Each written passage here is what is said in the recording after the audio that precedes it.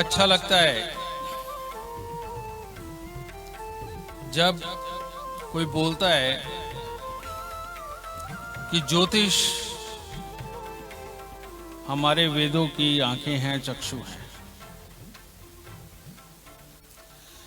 लेकिन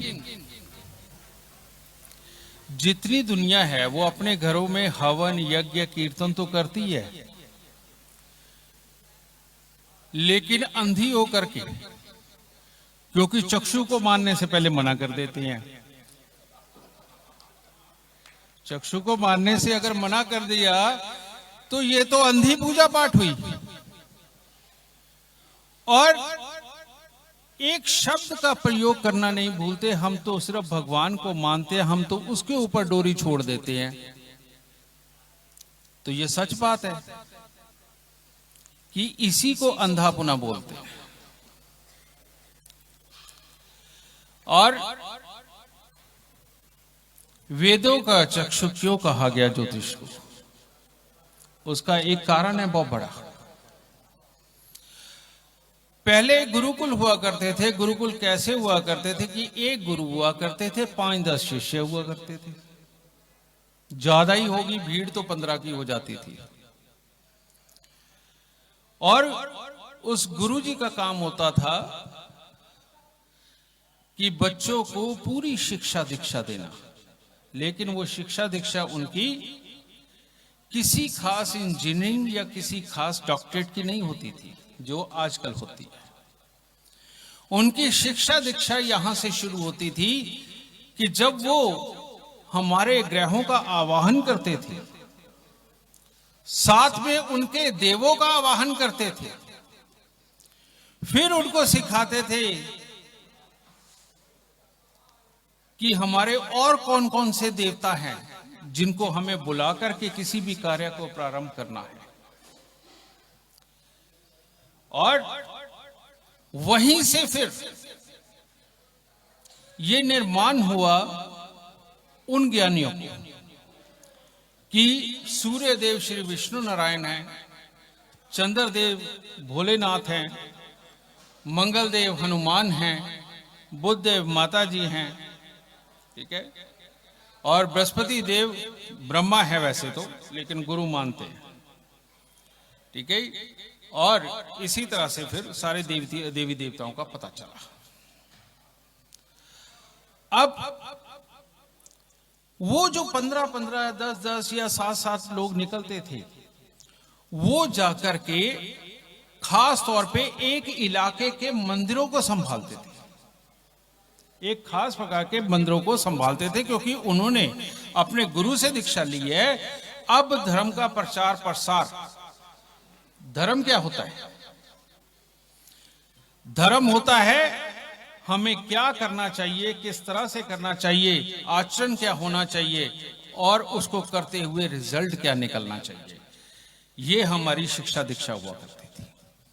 तो वो धर्म का आचरण आस पड़ोस के लोगों को सिखाया करते थे, उस गांव के, उस शहर के लोगों को सिखाया करते थे, जो मंदिरों में जाकर के वो स्टूडेंट बैठा करते थे। लेकिन उस वक्त में पुजारी कौन होते थे? ये पुजारी ये अपने गुरु से सीखे हुए वो लोग जिन्होंने सालों साल गुरु की शरण में रहकर तपस्या करके ये सारा ज्ञान हासिल किया, वो पुजारी हुआ करते थे। तो जब ये लिपि नहीं हुआ करती थी, लिखत नहीं हुआ करती थी, लोग पढ़े लिखे नहीं हुआ करते थे, तो ये परंपरा ज्यादा अच्छी थी। तो वही गुरुओं से शिक्षा दीक्षा लेकर के जब यही लोग शहरों में जाकर के और गांव में जाकर के, क्योंकि पहले शहर हुआ करते थे, गांव वाले तो वहीं पे आया जाया करते थे, और हमारे खास जो शक्तिपीठ है, मंदिर है, वहां पर जाकर के ये विराजमान होते थे। आने वाले लोगों को ज्योतिष के आधार पर शिक्षा देते थे या उनको सलाह दिया करते थे। और कभी किसी का भी कोई दुख होता था तो वो उनको बताते थे कि आप परमात्मा को क्या अर्पण करो। कभी किसी के घर में सुख का वेला नहीं अगर आ रहा है तो वो कैसे आएगा, उसके लिए घर पे जाकर के किस प्रकार का अनुष्ठान करो, वो ये बताया करते थे। और अगर किसी के बच्चा नहीं हो रहा है तो ऐसी अवस्था के अंदर उसको क्या खान पान ग्रहण करना चाहिए, किस तरह का पूजा पाठ करना चाहिए, किस तरह के माहौल में रहना चाहिए और नित्य कर्म क्या करना चाहिए। और उसके बीच में एक शब्द आता था तपस्या, कि इसके लिए तो तपस्या करनी पड़ेगी। तपस्या का मतलब था, तपस्या के दो मतलब है। एक तपस्या का मतलब है कि जब आप कोई लंबा व्रत रखते हैं, एक वो तपस्या है। और दूसरी तपस्या है कि जब किसी भी चीज को सीखने के लिए आप बहुत ज्यादा मेहनत करते हैं, दिन रात लगे रहते हैं, एक वो तपस्या। ये दो तरह की तपस्या होती है।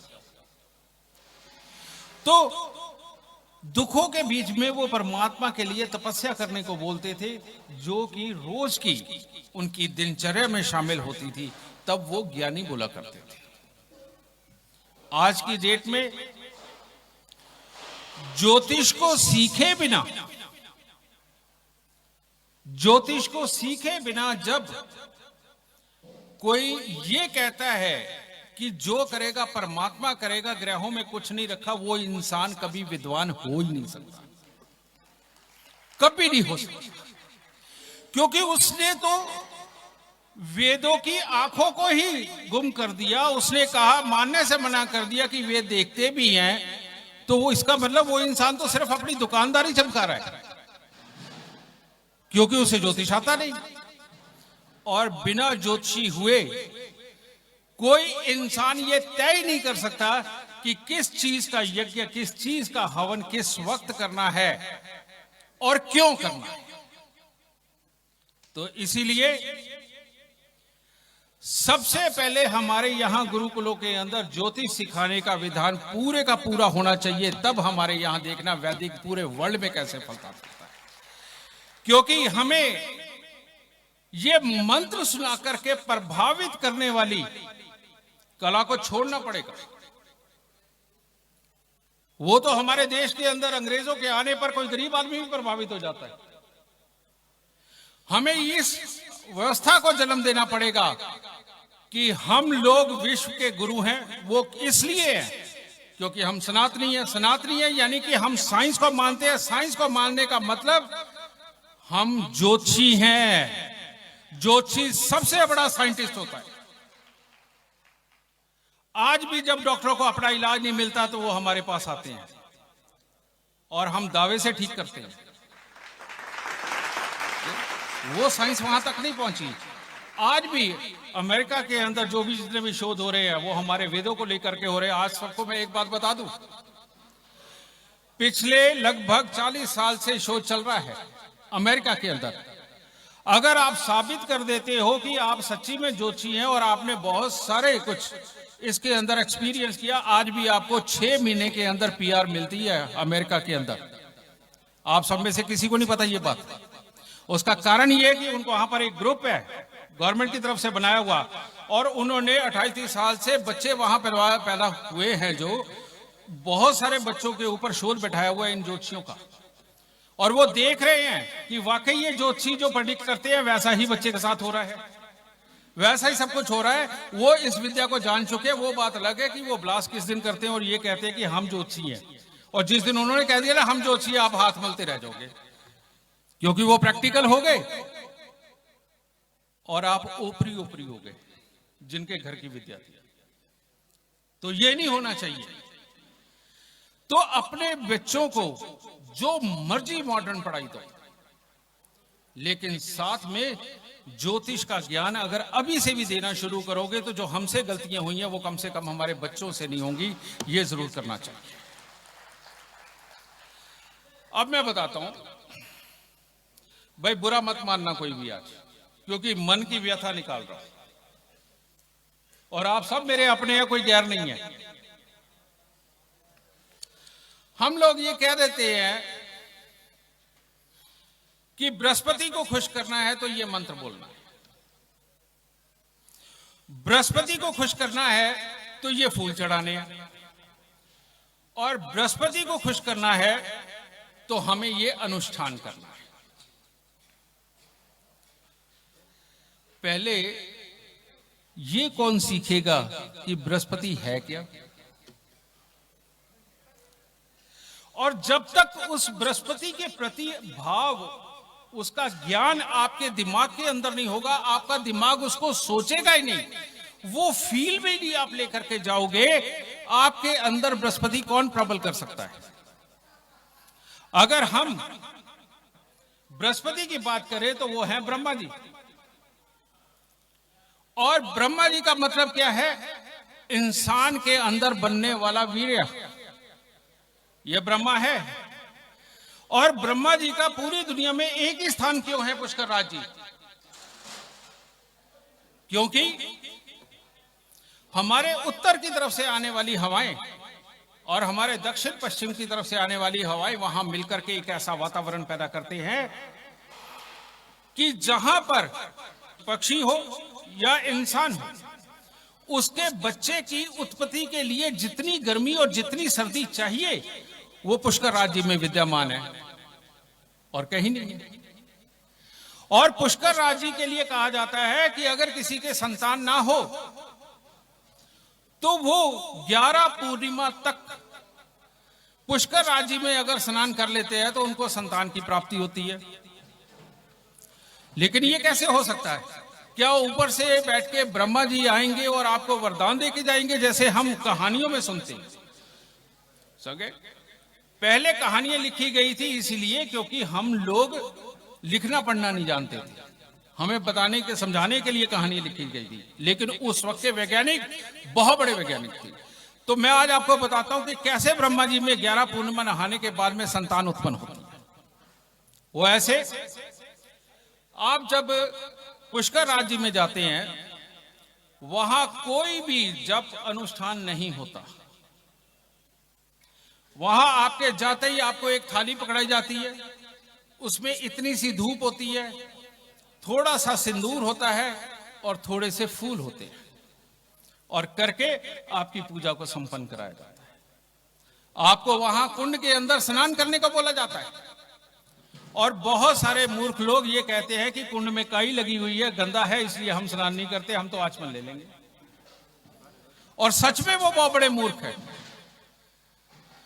हमारे यहां पर शीशियों के अंदर बंद इतनी इतनी सी दवाई पी लेते हैं, वहां पर ब्रह्मा जी में दवाई का पूरा कुंड पड़ा है। कैसे? जब आप पूजा करके फूल कुंड में ही विसर्जित करते हो तो उस पानी के अंदर सारे मिनरल्स इकट्ठे हो जाते हैं। धूप है, धूप के अंदर भी वो जिन वस्तुओं से बनती है, जिन औषधियों से बनती है, उसके अंदर भी सारे मिनरल्स, दुर्लभ मिनरल्स। और सिंदूर, सिंदूर का काम ही पानी को प्योर करना है, कीटाणुओं को मारना है जो हार्मफुल होते हैं। और हर पूर्णिमा के दिन पूरी दुनिया के पागल सबसे ज्यादा भड़कते हैं, और पागल खानों के अंदर खास तौर पे उन दिनों में अटेंडेंस की ड्यूटी बढ़ा करके रखते हैं, क्योंकि उस दिन पागल पूरे जोश में होते हैं। और उसी दिन समुद्र में ज्वार भाटा आता है, पानी भी ऊपर को खिंचता चला जाता है। इसका मतलब क्या? ये जो हमारे शरीर के अंदर 65% पानी है, ये भी तो उबाल मारता है पूर्णिमा के दिन। और उस दिन जोश पे होने के कारण जब हम पूर्णिमा के दिन जाकर के स्नान करते हैं, स्नान करके जब हम 11 आचमन लेते हैं, उस आचमन के साथ में वो जो मिनरल्स का इतना बड़ा खजाना वहां पड़ा हुआ है वो हमारे अंदर जाता है। और खून का वेग, पानी का वेग उस वक्त बहुत तेज होने के कारण हर उस जगह पे पहुंच जाता है जहां पर आम दिनों के अंदर वो मिनरल्स नहीं पहुंचा सकता। और जब ये मिनरल्स पूरे होते हैं अंदर, तो ऐसे में अगर औरत में कमी है कि उसके अंडों में कोई दिक्कत है, वो प्रबल नहीं है, या मर्द के वीर्य में कोई कमी है कि उसके स्पर्म काउंटिंग कम आती है या कमजोर आते हैं, 11 पूर्णिमा के अंदर पूरे होकर के दोनों दंपति संतानवान बनते हैं। ये है साइंस हमारे में। अरे पूजा जब आप कराओ, साथ में अपने तीर्थों की साइंस बताओ। नहीं तो हमारे यहां के बड़े बड़े लोग पूजा में आते हैं, प्रसाद ग्रहण करते हैं और बाहर निकलते ही कहते हैं ऐसी पूजा यार रोज होती है, परसों वहां भी जाना, चल तू खड़ा। साइंस नहीं पता होता। अगर साइंस पता हो ना, नतमस्तक होकर के वहां जो बना हुआ चरनामत है, औषधियों के स्नान से बनी हुई चीज का गुण पता हो ना, तो आदमी श्रद्धा से ग्रहण करके कहेगा कि यार ये वेस्ट नहीं करना, इसके तो कण कण में प्राण है। जैसे परमात्मा को कहीं पर भी हमारे पूरे देश में अर्पण क्या करते हो आप लोग? फल, फूल, मिठाई, शहद, ड्राई फ्रूट, यही करते हो। अरे ये बताया गया तुम्हें कि अगर आप लोगों ने अपने घर का परमात्मा बनना है, अपने घर पे बच्चों के लिए बड़ा बनना है और एक अच्छा दादा बनना है, तब तक स्वस्थ रहना पड़ेगा। अगर स्वस्थ रहना है तो जो परमात्मा का रोज चरनामत बनाने के लिए वस्तुएं प्रयोग करते हो वो स्वयं पियो, और जो परमात्मा को रोज भोग लगा करके खिलाना चाहते हो वो खुद स्वयं खा करके हमेशा तंदुरुस्त रहो। बृहस्पति देव अपने आप अच्छे रहे। इसका एग्जाम्पल देता हूं, आप में से बहुत सारे होंगे, थोड़ी सी भूख लगते ही दिमाग क्यों चढ़ जाता है, गुस्सा क्यों आने लगता है, चिड़चिड़ा क्यों होने लगता है आदमी? क्योंकि अंदर जान टूट रही है कि भाई शरीर की एनर्जी लो हो रही है, हमें कुछ दो। और जैसे ही हम खाना खाते हैं बिल्कुल तृप्त हो जाते हैं और फिर प्यार से शांति से सोच पाते हैं। और वो जो प्यार और शांति से सोचना है, रियलिटी में वो इंसान को जवान रखता है, क्योंकि शरीर के अंदर की हर पूर्ति को पूरा कर दिया। और ज्यादा टेंशन लेने वाला आदमी वक्त से पहले बूढ़ा हो जाता है, बाल भी उड़ जाते हैं, कमर भी झुक जाती है, टांग भी टूट जाती है और दर्द भी होते हैं। और इसीलिए एक ही बात कहना चाहूंगा कि जिस इंसान ने बहुत अच्छी तरह से अपने बच्चों की परवरिश करनी हो, जिस इंसान ने अमीर बनना हो, जिस इंसान ने कोई भी काम करके दुनिया के अंदर अपने आप को स्थापित करके दुनिया को दिखाना हो, और जाने से पहले 2-4 किलोमीटर की भीड़ भी उसके पीछे हो, उसके लिए रोने वाली अगर ऐसा बनना है तो उसको गुस्सा, जेलस और दूसरों में कमी निकालनी बंद करनी पड़ेगी, तब वो ब्रह्मा जी बनेगा, तब वो ब्रह्मा जी बनेगा। और एक बार याद रख लीजिए, जितने मर्जी आप पूजा पाठ कर लीजिए, अपने दुखों को निवारण के लिए आपको जाना ज्योतिषी के पास ही पड़ेगा, चाहे कुछ कर जाना ज्योतिषी के पास ही पड़ेगा। और अगर आप ज्योतिष में पारंगत नहीं हैं तो आने वाले का भरोसा उठाएंगे। तो इसीलिए आप चाहे वैदिक को मानते हैं, पैसे को मानते हैं या लाल किताब को मानते हैं, इतनी ज्यादा तपस्या करें कि अपने तप की 2 बूंदे आने वाले आपके शरणागत को दे करके उसका जीवन धन्य कर सके, ऐसी शख्सियत बने। और कुछ नहीं चाहिए, पूरा वर्ल्ड हमारे पीछे अपने आप आ जाए। मेरा ख्याल आज इतना बहुत है। जय माता की।